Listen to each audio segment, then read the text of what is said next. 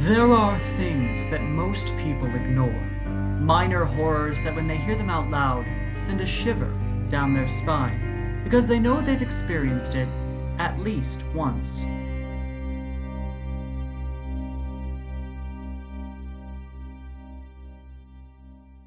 Welcome to Illinois, where there is nothing but corn. It's snowing, and you've never been so cold before. You don't think you can remember what the ground looks like. What do cars look like? The air hurts. Everything is so cold. You begin to wonder if warmth ever even existed in your body. Does color exist? You can only see white. Nothing but white. Nature is harsh and does not care about you. The sun blindingly reflecting off the snow drums into your head until it's the only thought that you know. There are only two seasons, winter and construction. And suddenly the snow is gone and it's construction. Already pristine roads are being torn apart in a blur of orange while decrepit roads continue to decay. This is a metaphor for life. The good gets better while the bad gets worse. You didn't think a place that could be so cold could be so hot. You're melting, melting, melting. You find yourself wishing for the snow to return. Despite living around so many cornfields, you've never actually found yourself lost in the middle of one. You begin to wonder what might lurk in them. Maybe there really is a murderous cult of children in the center of those lonely, silent fields. You think of everyone you once saw, but never saw again. Where do the children go when soy is being grown?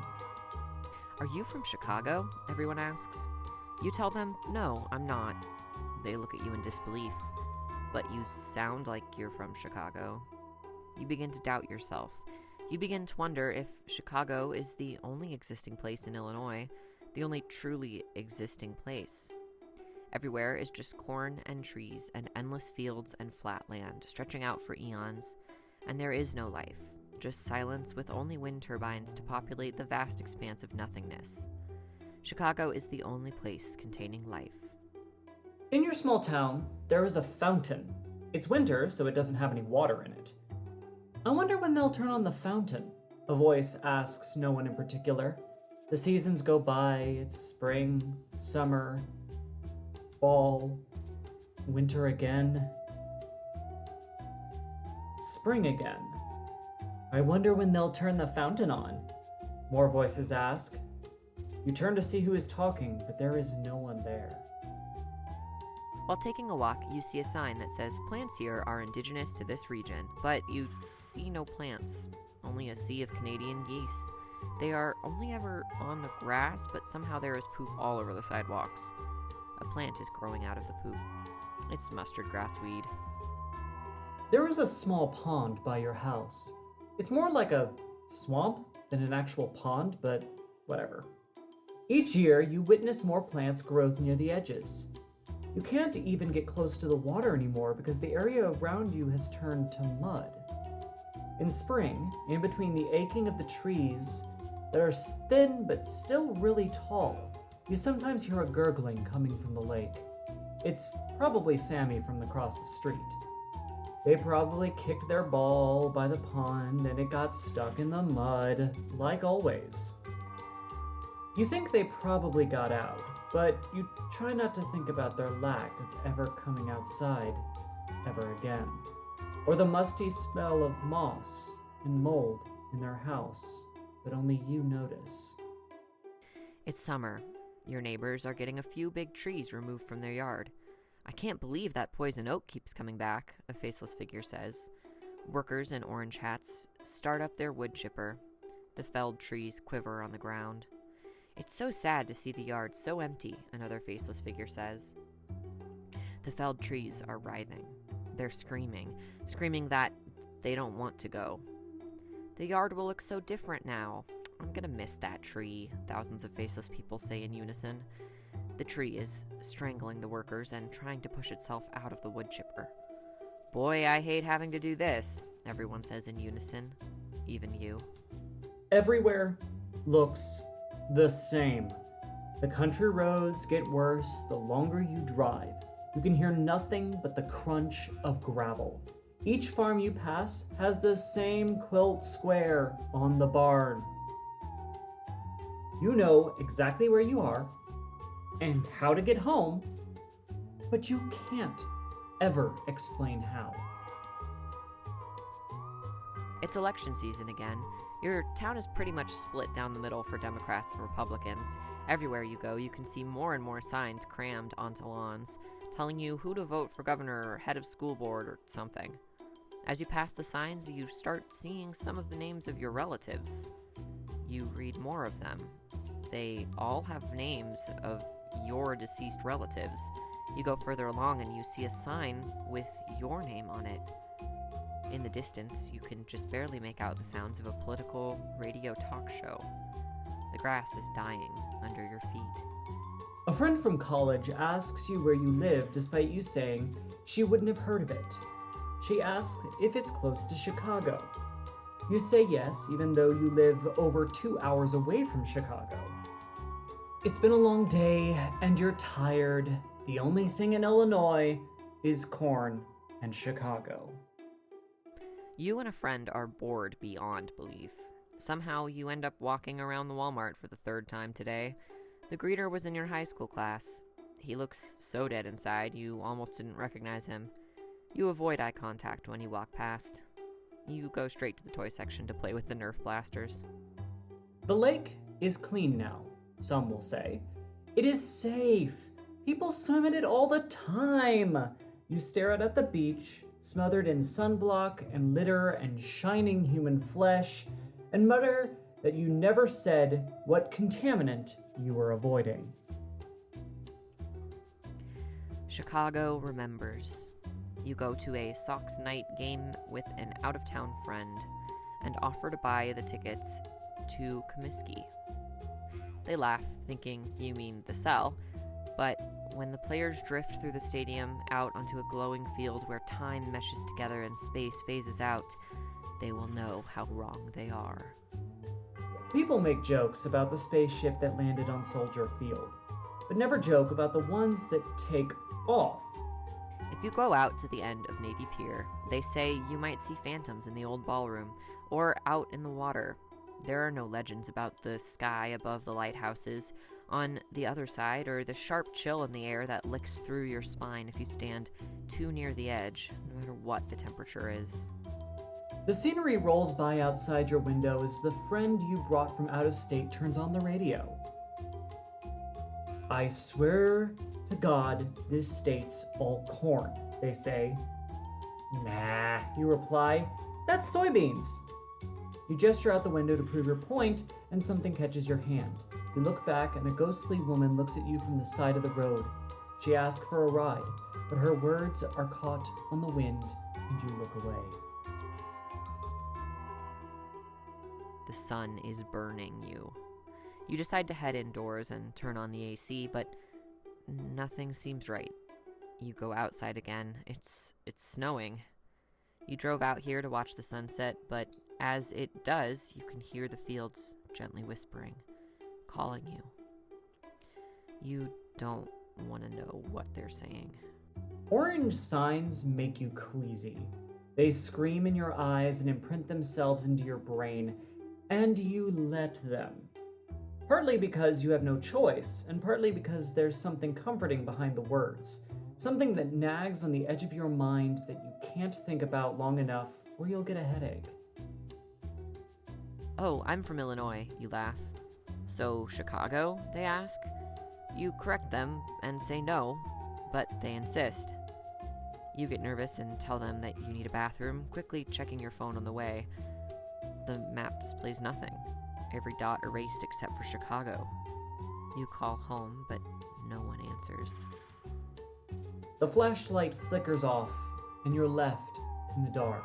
The sound of the woods surrounding you. You feel something in the pit of your stomach. There is movement behind you, and you walk quickly back to the campsite. But you can't find the trail you came on. Your brother said he just needed to use the bathroom, and you only believe him because that's the easy option. You're in Chicago for the day. You find yourself lost in the throng of people moving quickly on the sidewalks. You ask the closest blur where your destination is from here, but you can't comprehend what they've said. You wonder why you seem to be walking in place, because while everyone moves so fast, you haven't moved a foot forward or backward in hours. You are in line at the hottest new club in River North with your friends. Hello. It feels so slow, but maybe it's just because you pre-gamed hard before going out. You don't remember when you got in line or how long it's been or how long you've been standing there. You don't think it's ever moved. But surely it's your imagination as snow falls and melts, the spring thaw hits, mosquitoes swarm in the summer, autumn winds chill you, and winter comes again. The Red Eyes said this club was good and, worth the wait. The roads between the villages are lined with vast alternating expanses of either corn or grass. The grass is preferable, you decide. The corn has far too many secrets. 25 things only real Chicagoans will understand.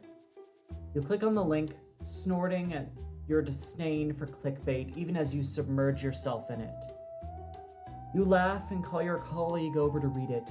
More laughter, more exclamations. Soon, the whole office stands around your desk. They can never know you moved from Naperville. Blue Moon ice cream is so hard to find. Everyone loves it, and yet no one knows what it is. It tastes just like a dream, but then again, it might be. Your Chili's is the most profitable in the country. If you go to dinner there tonight, just like last night and the night before, you can smile at the familiar waitresses, sit in the red leather booths, and feel safe. The whole town is there. Everyone you ever knew is there for dinner. Didn't you bury Grandma 3 years ago? She wants to know if you'll share an appetizer with her. You are in Milner Library to do some research for a paper. You turn a corner in the stacks and see yourself for a split second turning a corner. You were always in Milner Library. You always will be in Milner Library. The local dollar store now sells a knockoff toy called a Ouija board.